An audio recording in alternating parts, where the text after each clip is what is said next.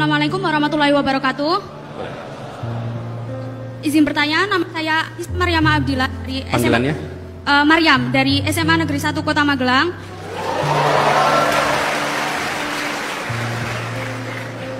Seperti yang kita ketahui, kondisi di Indonesia sangat porak-poranda dan umumnya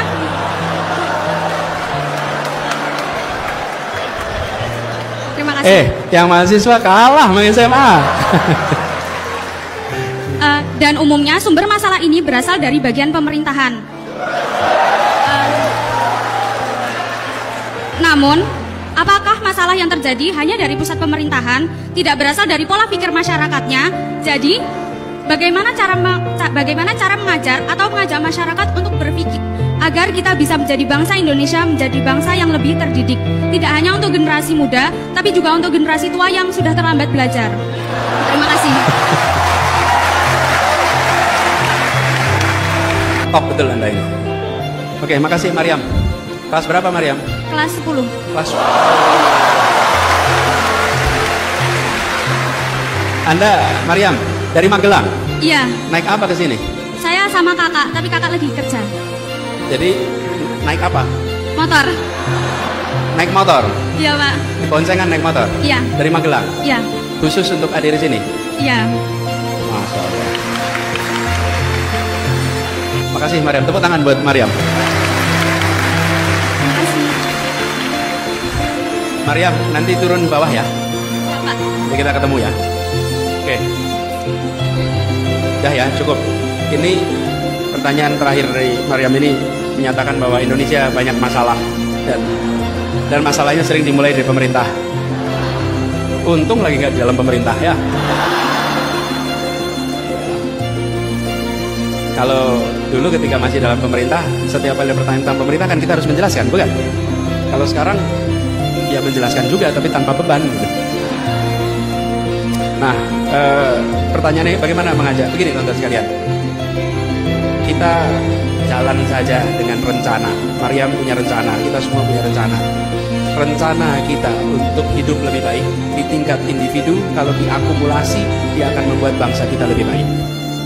Jadi, walaupun di pemerintahan ada masalah A, B, C, D, F, G, pastikan kegiatan Anda masing-masing adalah kegiatan yang baik, kegiatan yang produktif, kegiatan berikan manfaat, karena itu membuat akumulasi kebaikan.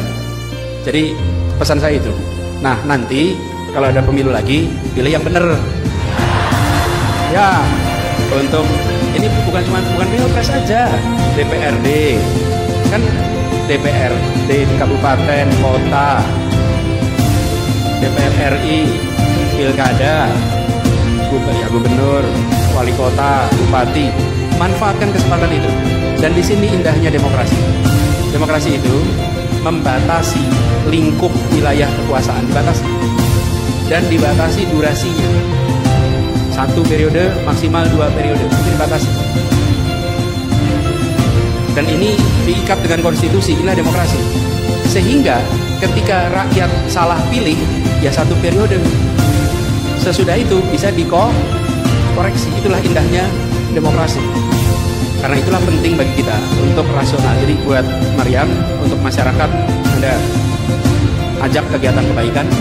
Tapi untuk pemerintahan, kalau Anda melihat di kabupaten, di kota, di provinsi tidak berjalan baik tingkat nasional, pastikan jangan dipilih lagi pada pemilu berikutnya. Ya. Dan itulah demokrasi. Tapi bila berjalan dengan baik, maka pilih pada pemilu berikutnya supaya demokrasi berjalan baik.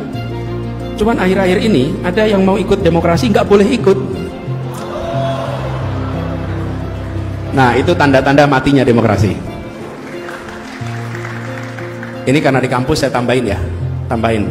Apa tanda-tanda demokrasi? Satu, adanya oposisi. 2, adanya pembagian kekuasaan. 3, adanya kebebasan berbicara. Itu ciri demokrasi. Kalau oposisi ditiadakan, maka demokrasi melemah. Kalau legislatif, yudikatif jadi mengalami eksekutifisasi, nah itu demokrasi lemah. Bila kebebasan berbicara ditahan, maka demokrasi akan lemah. Nah, mahasiswa punya tugas menjaga 3 ini supaya tetap hidup. Kalau mau mematikan demokrasi ada 3 juga caranya. Hah? Udah dipraktekin. Ini jangan dikasih tahu, kata udah dipraktekin. Satu, ganti aturan main. Bener nggak tuh?